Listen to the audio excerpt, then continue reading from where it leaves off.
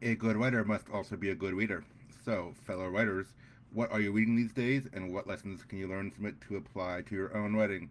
It's Sam with a Friday video for you, and I'll just go ahead and answer that question for you and show you the book that I read recently that I'm going to be talking about today. This is Adorning the Dark by Andrew Peterson. Adorning the Dark. The subtitle is Thoughts on Community, Calling, and the Mystery of Making. So I know a lot of times when I do these reviews, I am reviewing the fiction books I read, and of course trying to derive writing principles for them. But some of the time, not as often as I'd like maybe, but some of the time I read a book on writing or a book that has something to do with maybe even marketing or maybe even the creative craft in some way. But this one is about writing slash art slash as he calls it, the mystery of making. So, talking about this today. A lot of you know who Andrew Peterson is. He's actually a singer songwriter primarily. My wife introduced me to some of his music, and I like it. I've enjoyed the kind of that. I'm sorry. I'm not good I'm not the person to ask about defining musical genre. That's not really my expertise. But I think folksy or just kind of rhythmic. I don't know the words to describe music. Hold on, I have a cat emergency.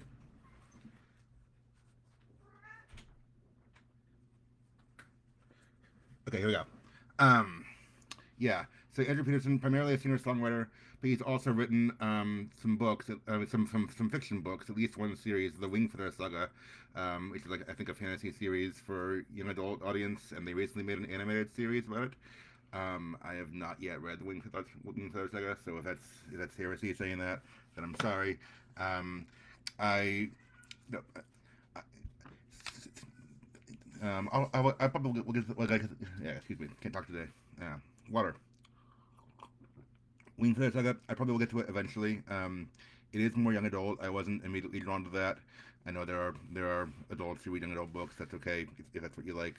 I just have so many on my plate that I didn't prioritize those. I probably will read them like when my kid gets a little older and he's able to appreciate them. I'm sure I'll read them with him.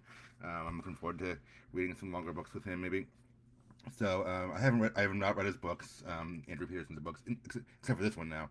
And my wife has read at least the first two or three of that saga. I think. I'm not sure how many. I've heard good things from everyone, so I'm sure it's fun, clean fantasy series. Yeah. I'm sure I'd enjoy it for what it is when I read it. But anyway, Adorning the Dark. This is about. Well, honestly, it was hard for me to maybe creates a through line through it. Even the subtitle doesn't say it's like it just says thoughts on these things, thoughts on community calling the mystery of making. Um, I couldn't, so it seems jumbled is the wrong word. That makes it sound negative, but it seems more like I don't know if he has a single thesis here, like a single through line throughout the whole book of he's trying to prove this point and tell you this thing about writing and creativity, or he's just kind of giving his own musings and things he's discovered and learned as an artist along the way. The other thing is I would say he's very kind of high-minded and philosophical, or at least this book is kind of very somewhat abstract and philosophical. So it, if you're looking for a how-to of like, here's what you should do as a writer, like sit down and write out your ideas, and then here's how you get into marketing. Like if you're looking for a step-by-step practical guide or anything like that, this is not it. This is more like not practical how to. I think there's a short section with some practical tips toward the end, but this is more like um, like discovering the beauty of creativity and discovering the passion for writing and and the beauty that makes you want to write and tell stories because there's something like true inside of you and you have to get it out. It's more that kind of thing. Not practical. I mean, I'm not saying it doesn't help you with your practical writing, but it's high level, inspirational. It's not a step by step guide. So just keep that in mind if you're reading it. I enjoy reading stuff like this. I admit sometimes like I don't always know what to make of it. There's I read these things and I feel really inspired, but then because I want to go write and stuff. I mean, I've had similar experiences at writing conferences. Like there's a conference I've been able to watch online through my work, but my work has allowed us to watch it online the past few years. And whenever I go, here's some really good speakers, and I'm like I want to write now, and then I'm like, well, what do I do? What actual practical steps should I take? I mean, I am writing already. I mean, not always as consistently as I need to, but um, it just makes me kind of want to get into that creative zone a little bit more. So yeah, this book is. I mean, it was inspiring and encouraging to read it, and just feel like, hey, want to rediscover I guess the beauty of creativity and the mystery of the world and the reason we write and stuff like that. It's also, I just think it's cool to get another writer's perspective. I mean, books like this that are, you know, I mean, it's somewhat autobiographical. I mean, it's not about his life primarily, but he definitely gives stories from his life and career. Um, and it's like it's just cool to see another writer's perspective. I mean, I read Stephen King's book on writing. It's called On Writing, and he said something about how writing is telepathy, meaning like, I never met Stephen King, probably never going to meet him, but through his writing, he's able to share a glimpse into his mind and life and heart. And when I read that, I feel like I know him a little bit. Same for Andrew Peterson. I've read about his life now and his creative process. I feel like I know him a little bit. And it's also cool just to be reminded, well, to hear snippets of someone's journey and see what's worked for them and what hasn't. And it's cool to be reminded that I think that writers and artists are approachable people. And, we kind of put them on a pedestal. I know, but maybe now that we're adults and many of us are self-published and such, or published, maybe we understand this a little bit better. But there used to be this conception that if you're a writer, you're famous, like you're a big deal, and many of us are published and are still just struggling to make it big or whatever, or struggling to get noticed. It's not an overnight thing.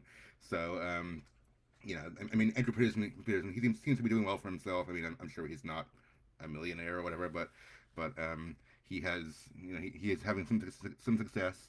That's the other thing. I also know him from this group called the Rabbit Room, which is like a group for Christian creatives based in Nashville. Haven't gone to that. They have an annual conference. I've been able to watch it online when they streamed it online, but yeah, I haven't gone to it. But I know who he is through that, so I think it's a cool thing he's doing. But yeah, he lives in a house.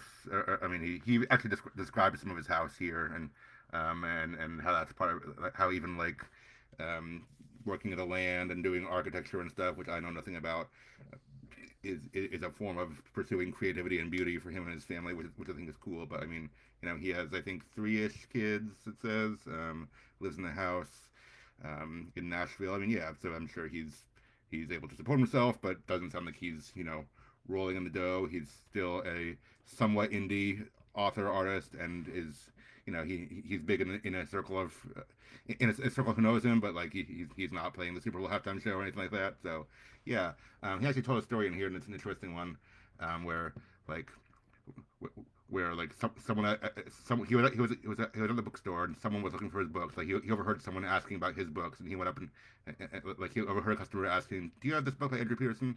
And Andrew went up and introduced himself. And he's like, "Hey, I'm the author, and you can order it on here." And the person was just like, "Oh, okay, thanks." Like they met the author they were looking for, uh, unexpectedly, and their response was kind of underwhelming. And Andrew was like, "Hey, that's kind of how it should be actually, because authors are normal people, and we're not celebrities, and most of us aren't doing this to be celebrities." So it had some kind of reflections on like just how author life works too. There's another section toward the end about how art works in community, and that goes with his group, the Rabbit Room, which is like a community of Christian creatives. I thought it was a good couple chapters. He quoted a book I have read before, and I've read it on here before too, called Bandersnatch by Diana Pelvac Glyer. I think I'm saying that right. It was about the Inklings, primarily Lewis and Tolkien, but a few of their contemporaries, and how having a community of writers helped their art. So it was cool to read that, and hear someone else agree, but also hear him cite the book and be like, "Hey, I've read that book too, so I know what you're talking about." So anyway, cool little book. It's only 200 pages. It's most of us. Well, I mean, I know we're busy these days, but a lot of us could read this, in a short time. I don't read as fast as I used to, but I was able to read it. I recommend it. Again, it made me feel inspired. I'm not really sure what new things I'm going to do with that inspiration right now, but it was cool to read. It was cool to get a glimpse into someone else's creative process. So I think as writers, we need that kind of inspiration on a semi-regular basis. So I'd encourage you, go check it out. Adorning the Dark by Andrew Peterson. And whatever you do, keep writing, keep reading, and keep making cool stuff. And do it with the joy of creativity from inside you. Thanks for listening. Have a great weekend.